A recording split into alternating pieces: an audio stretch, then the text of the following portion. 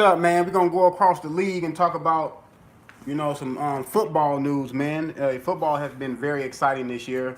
We also seen a lot of these potent offenses open up. But I want to start off by talking about the Pittsburgh Steelers and their struggles, man. The Pittsburgh Steelers been struggling the last couple of weeks, man. They lost to the the LA Chargers. They lost. Well, that's nothing to be ashamed of because the Chargers and Phillip Rivers are playing very well, but they didn't have Gordon. They didn't have Gordon, but they are playing pretty good defense led by Joey Bosa and the crew. So that's not a huge red flag for Pittsburgh. It's not a red flag at all. But what is, they lost to the Oakland Raiders, man. The Pittsburgh lost to the Oakland Raiders and John Gruden, who's selling off all his players. Mari Cooper is with Dallas doing well. Khalil Mack is with my Chicago Bears doing well. So all John Gruden did was make a couple teams better. So I don't know what's wrong with Pittsburgh. I know the Le'Veon Bell situation to me, is rearing its ugly head with Pittsburgh. A lot of people said that they didn't need Le'Veon Bell. Man, John Connor, he was doing very well. Now, this is no knock on John Connor. John Connor can play, but he doesn't present the matchup possibilities that a Le'Veon Bell can present. Le'Veon Bell can line up as a wide receiver. Le'Veon Bell is a home run hitter. Le'Veon Bell can do a multitude of things that John Connor cannot do. And a lot of people were getting all hyped about John. Yeah, and look, it was well deserved because for about a four week stretch, John Connor was killing, man. Over what he was averaging like over 150 yards. You know what I'm saying, a game. So he was doing his thing, but I think now he's injured, and the reason why Big Ben is struggling and the offense is struggling is because now teams are playing Antonio Brown and actually doubling and tripling Antonio Brown in some respects. Now he do have Juju Smith Schuster, which is had a really good season this year, but Le'Veon Bell had made that offense go, man. Like I said, Le'Veon Bell presented some nightmare matchups that you couldn't get. You know what I'm saying, with other backs.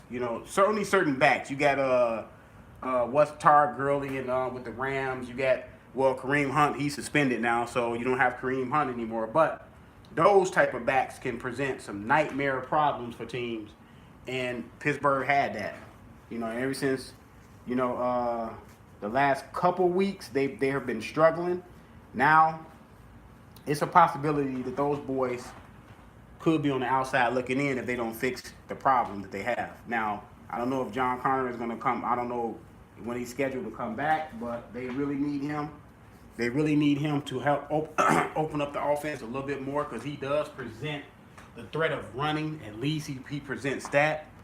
But without that, Antonio Brown, he can't do his thing. You know what I'm saying? Big Ben can't do his thing. Big Ben is not the Big Ben of 3-4 years ago. Big Ben took a lot of hits, man, over his career, and that stuff is starting to add up. And he's slowing down. He's throwing a lot of interceptions. Big Ben never really had an interception problem. You know what I'm saying? But as you get a little older, your arm is not as strong as it used to be, and the balls you used to fit in those tight windows, they're not there no more. You can't fit it in those tight windows anymore. So we'll have to see what happens with Pittsburgh going forward. But I want to talk about the Kansas City Chiefs in that Baltimore Ravens game was pretty good, man. I like Patrick Mahomes. I thought the Kareem Hunt thing will hurt them. I still think the Kareem Hunt suspension will hurt Kansas City because, like I said, as of with Le'Veon Bell creates so many matchup problems, and Kareem Hunt presents those same problems that Le'Veon Bell creates. That threat, that home run threat at the backfield. Kareem Hunt can also run between the tackles You know what I'm saying? He can run on the perimeter. You can line him up as a wide receiver. So, yes, as dynamic as Patrick Mahomes has been, I think they're going to struggle coming down the stretch in some of their games too, going to the playoffs. But they do. Oh, Tariq Hill, he was injured, but they said it's nothing serious, so he'll be back. But one thing that Kansas City Chiefs does have is Travis Kelce, tremendous tight end. He's probably the best tight end now. He has surpassed Gronk. I think now that Gronk has so many injuries, and I think Gronk is on his last leg anyway with all those injuries he's been having, and I just think Travis Kelce is that dude, and that kid from not the kid, and that what's his name, Eifert, not Eifert, the guy from Ertz from Philly, who Carson Wentz relied on a lot. He's a pretty good tight end. The guy from the Colts, he's a pretty good tight end. That man got 11 touchdowns this year. He had 11 touchdowns all his whole career. His first 11 touchdowns in one season. But yeah, I love Kansas City offense. Their defense is starting to play much better. You know what I'm saying? Because like I told people, these dynamic offenses are cool. It's cool to have these dynamic offenses. But man, you have to balance that out with that defense once you start getting to the playoffs, man. And if Kansas City don't have a running back on their roster that can at least give them some of what Kareem Hunt was giving them, I think they're going to struggle too. But yeah, Patrick Mahomes he's been very, very good this year. The kid Jackson from Baltimore been a very good surprise. He's been playing well as expected. You know, he still can't. You still can't rely on him to sit back there and throw the football from the pocket. But he does present, the threat of running, the run pass. Now he doesn't have that many weapons around him. Now he got Michael Crabtree. Michael Crabtree is an all right receiver. Michael Crabtree is not the receiver he was when he first came to the NFL.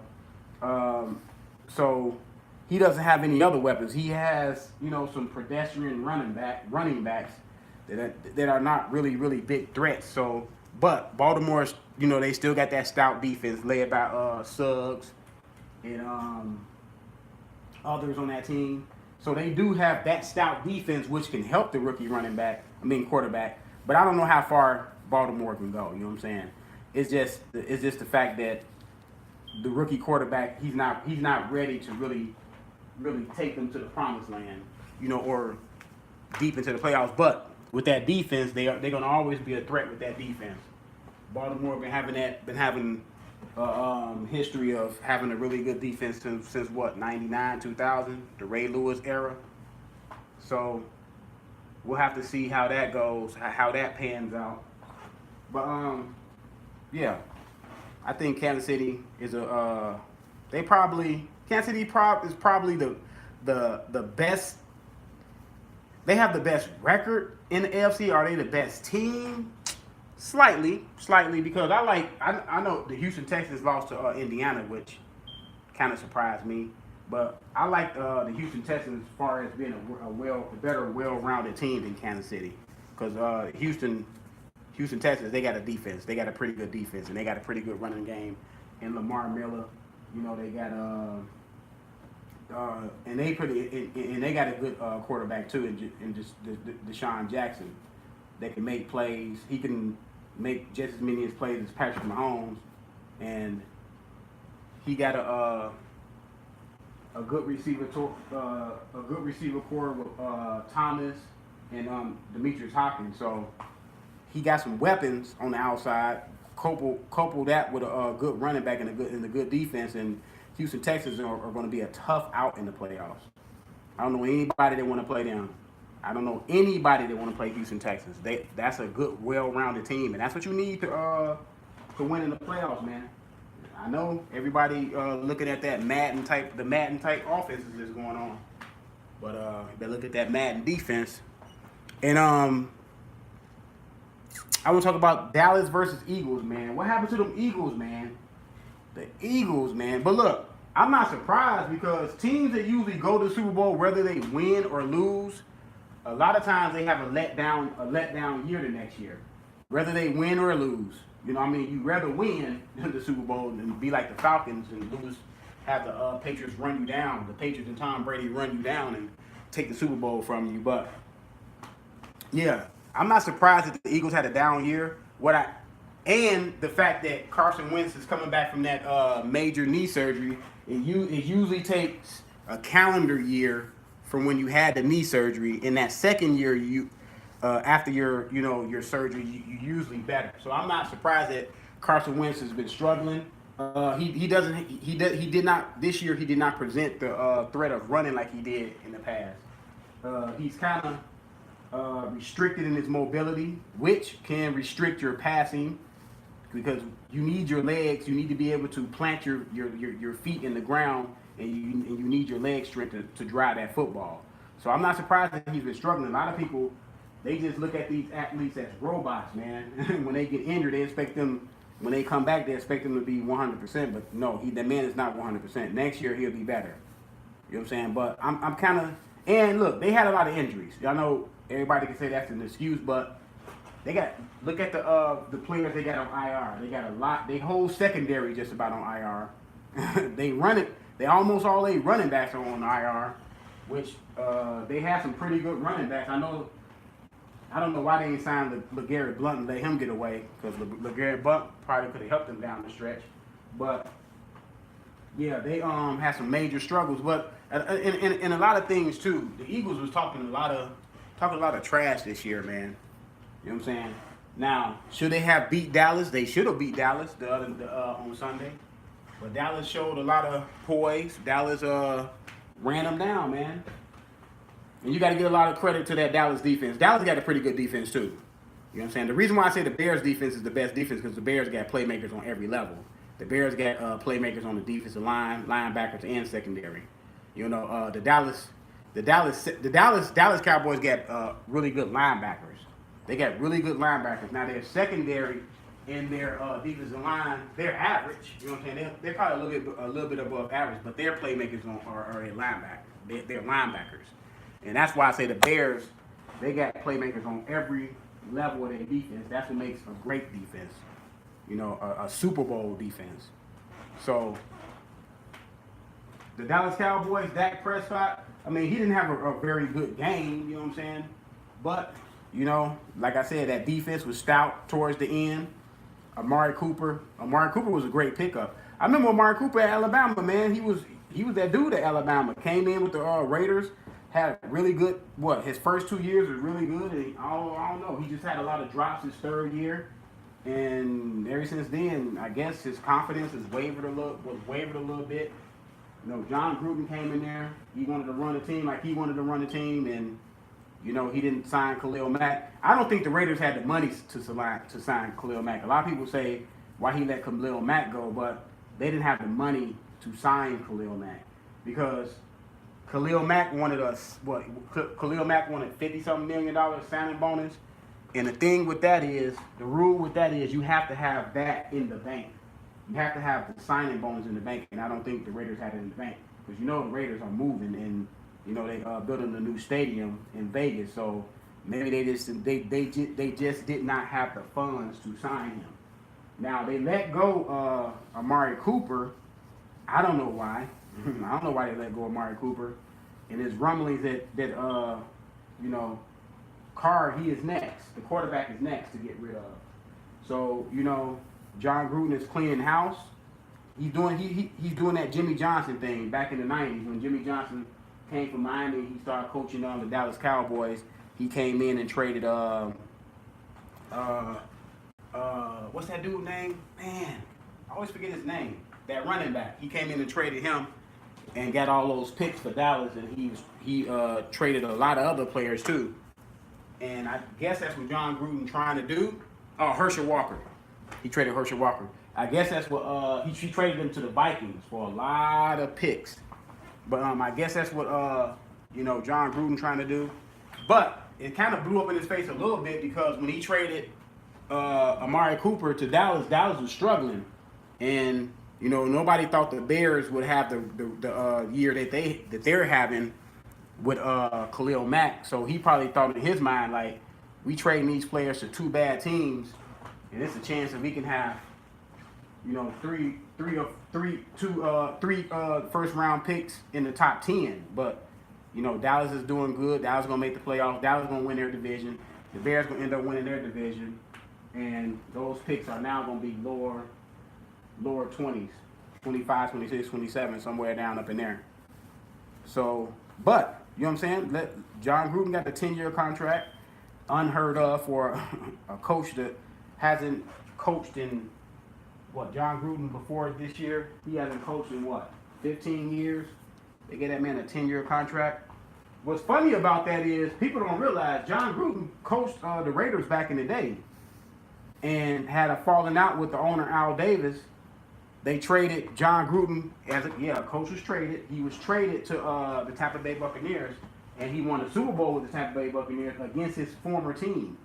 And the crazy thing about it is, I remember Warren Sapp and them said that they knew just about every offensive play that the Raiders were running because, you know, John Gruden was their former coach a year prior. So they were still using a lot of the same verbiage and a lot of the same language. And, you know, they were calling out the plays, the Raiders' plays at the line of scrimmage, what they was going to do. That's the crazy thing about it. And they welcomed John Gruden back with open arms, man. That same guy that took y'all apart in the Super Bowl, which was crazy. But yeah, man, I want to talk about the best running back this year. The best running back to me this year is Todd Gurley. I know a lot of people like Saquon Barkley. Saquon Barkley is a tremendous running back. He's showing that he is a dynamic running back out of that Le'Veon Bell, Kareem Hunt mode. Out of Penn State, I really don't like Penn State running backs. I remember when the Bears had a Penn State running back by the name of Rashawn Shalom. I think Rashawn Shalom come from Penn State? I believe he did. And I remember Jagana Carter. He was picked high. He didn't do good. And now, you know what I'm saying? I guess Saquon Barkley is breaking that trend of bad running backs coming out of Penn State. But yeah, he's pretty good. It's just the Giants don't have the record. You know what I'm saying? If the Giants had a better record, you know what I'm saying, he'll be getting a little bit more love. But I gotta say Todd Gurley has been the best running back this year. And after Todd Gurley, I have to get honorable mention to Connors from Pittsburgh. I have to say, before Kareem Hunt got suspended, Saquon Barkley is in there. You know what I'm saying? As one of the best running backs this year. If I miss some, y'all let me know. But so the number one running back this year to me is Todd Gurley, and the best wide receiver. Now there's a couple wide receivers that I really like. I like that dude Malcolm from the Saints. He's playing very well. Antonio Brown's still having a really good year, despite him not having as many catches as he usually has because of the emergence of Smith-Schuster taking away, some possessions from him, and then they don't have Le'Veon Bell, so they can really keen on Antonio Brown now. But yeah, let me see who else that wide receiver has been doing.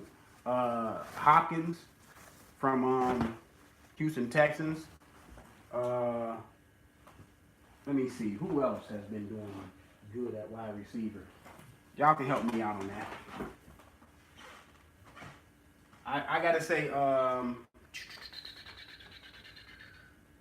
Odell Beckham is down. Odell Beckham's numbers are down this year. He's had a rather pedestrian year, up to his standards. The standards that he has set in the barometer he has set over the last 3 or 4 years. He's having a down year.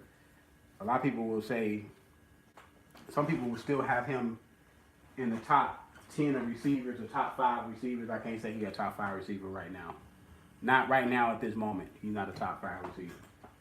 And I don't know, A lot of times Odell Beckham, man, a lot of times he's his worst own enemy. And I don't know what's up with him mentally. Like he's a classic front runner. If things are not going well, he goes south. And he goes south quick. Like quick. You know what I'm saying? It's like there's no middle ground with Odell Beckham. Now he didn't play this Sunday. I don't know why he didn't play. I guess he was injured. You know what I'm saying? There's a lot of people saying that they don't think he was injured, that he just checking out mentally. And I don't put it past Odell Beckham to check out mentally. Odell Beckham got some problems, man. Anytime you hit your head on the goalpost or you doing this crazy stuff, hitting your head on the walls and all this stuff, yeah, man, that's a temper tantrum. That's what you call a temper tantrum. That's what kids have. Kids have temper tantrums. You know, my little 2-year-old has temper tantrums, man. You know what I'm saying? And then, he's a grown man out there having temper tantrums. But the best tight end, like I said, the best tight end, in my opinion, is Travis Kelce. Travis Kelce with an honorable mention to Ertz out there in the Eagles, and an honorable mention to that guy from the Colts, Eberle. Let me see. Best team defense, Chicago Bears, hands down. Chicago Bears, not because that's my team. Hey, go look at it. They got the most touchdowns scored as a defensive team. They are up there in sacks. They got the most turnovers, period, overall. They probably have the most. They're up there in interceptions. If not number one, they're in the top 2 or 3. And they just put on a great performance versus the Rams. I believe the Rams was averaging like 35, 36 points a game. They held them to 6 points, two field goals. So, yeah, man, the Bears led by Khalil Mack. You got your boy Floyd, Raekwon Smith, Hicks, Goldman, Eddie Jackson, Fuller. They probably gonna have like about 5 or 6 people in the Pro Bowl off defense, man. You know what I'm saying? They probably gonna have about 5 or 6 people off going to the Pro Bowl off defense. Period. That's the Super Bowl defense, man. I keep telling people. They don't believe me. The defensive MVP, I have to go to my guy from the Rams. I have to say that he is the MVP. The man got, 18 sacks by an interior defensive lineman. That's unheard of. Aaron Donald, very, very dominant. Now, the Bears held him in check on Sunday Night Football, but that man has been very dominant. Like, I thought Warren Sapp was a really good defensive tackle back then, but shoot, this boy Aaron Donald was crazy, man. Like, this man got a combination of stopping the run and getting to your quarterback. That's dynamic. That's dynamic right there. So yeah, an honorable mention, I have to say Khalil Mack. I gotta put Khalil Mack up there. Khalil Mack missed a couple games. I don't think Khalil Mack is 100%. Now I ain't gonna say 100% because nobody will do 100%. I don't think he's really healthy since he had that ankle injury. He's been looking a little bit less explosive. He was very explosive in the first 3 or 4 games before he suffered that ankle injury. But Aaron Donald is the defensive player of the year so far, man. And to me, he's gonna win it. He deserved it too. But I'm gonna get out of here.